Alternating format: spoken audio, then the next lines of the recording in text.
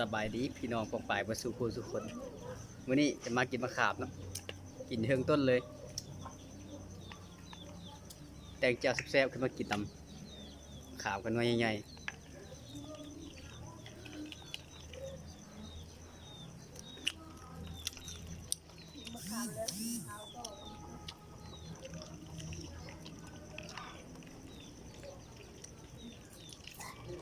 แซ่บคักอีหลีพี่น้อง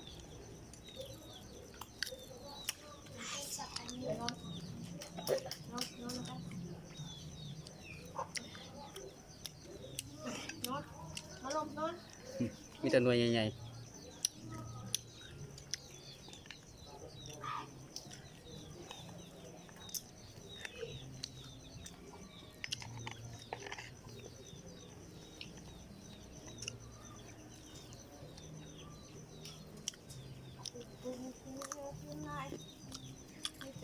ของมันกินไปมากอยู่นี่ๆ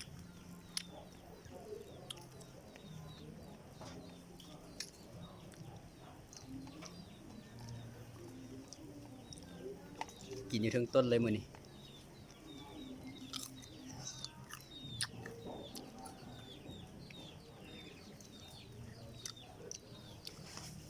แตงแจ่วปลาแดกแซ่บๆ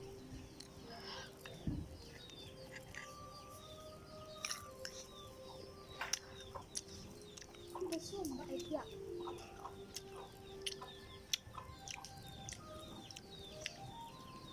มะขามผสมพอดีกินเนาะขึ้นมาถึงต้นไม้แสกอยากรบกวนไหม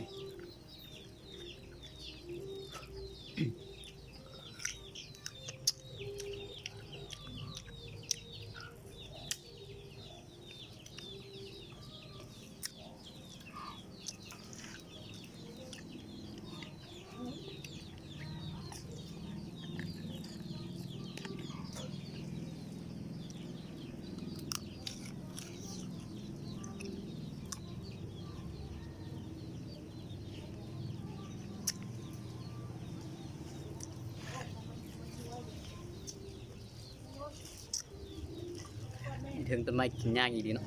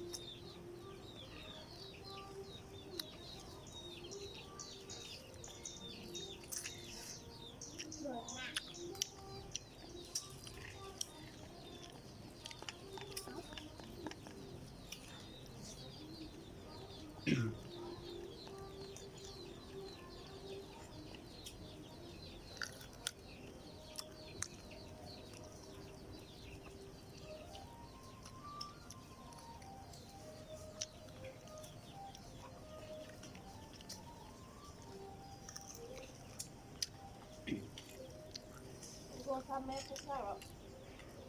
คนกินอยู่เทิงกับทางกินเอาแท้ว่า ไม่รู้ คนหากินอยู่ลุ่มกับทาไปต่อไปเนาะเอากินก่อน ว่านกเห็ดตกและนกบินขึ้นมา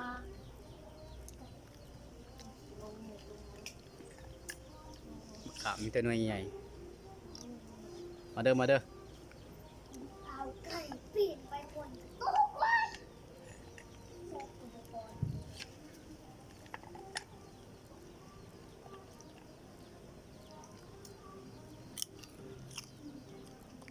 เอายาสมองคุณมาขึ้นมาขึ้นบุไรด้วยขึ้นกับบุไรไอ้เชือกขึ้นกับบุไรลงกับบุมาบุไร แกันมันอยากใหญ่ละอยากแขกขายทิม ง่ายขึ้นกับบุไรหลกเลยปุ๊บเลยหลก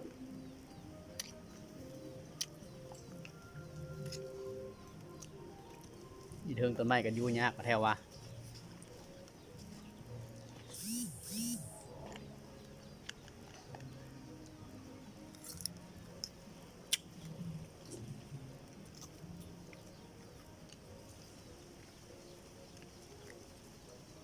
บัวลายเหรอมีเขียนหน้าหมาปุ๊บเลย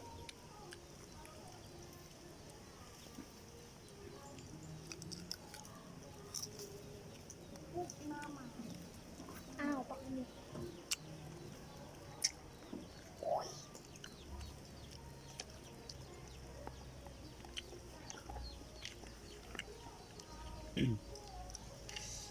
ยั่วๆเลยทุกคนปลาแดก มาไหมมาผ่านยักษ์ลาดผ่านมาไม่ตีโบราณสักคำอะไรดึงไร มะขามเนื้อเจียวปลาแดกเน้นๆเนาะมาเด้อมาเด้อ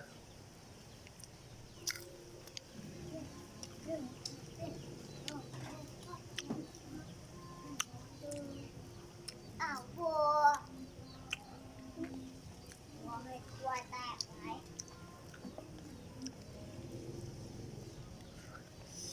ลุงหมาลุงหมาให้แกบอก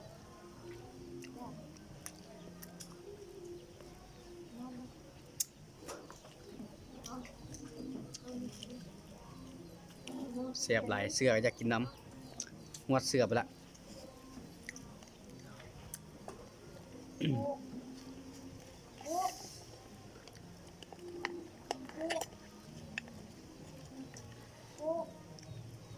อะไรนี่เด็กกระปุก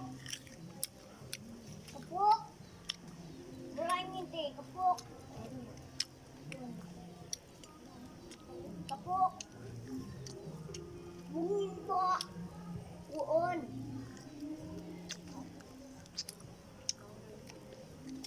น้องเอิญกระปุก บอกมันเลยไหม น้องเอิญกูอุ้ยงออ้าวเจ็บปาก ตะเวนแตกแล้วมั้งนี่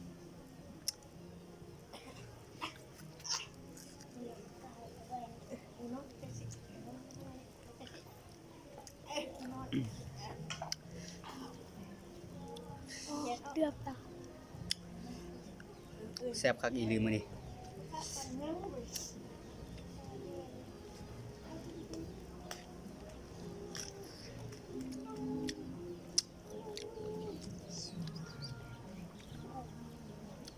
ลูกเอาเจียวมาจ้างลูก ลมพูดมาขนมกินไหมไว้จังหน่อยไหม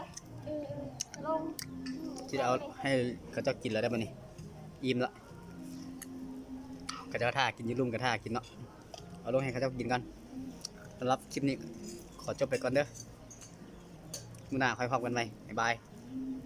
ก็เลย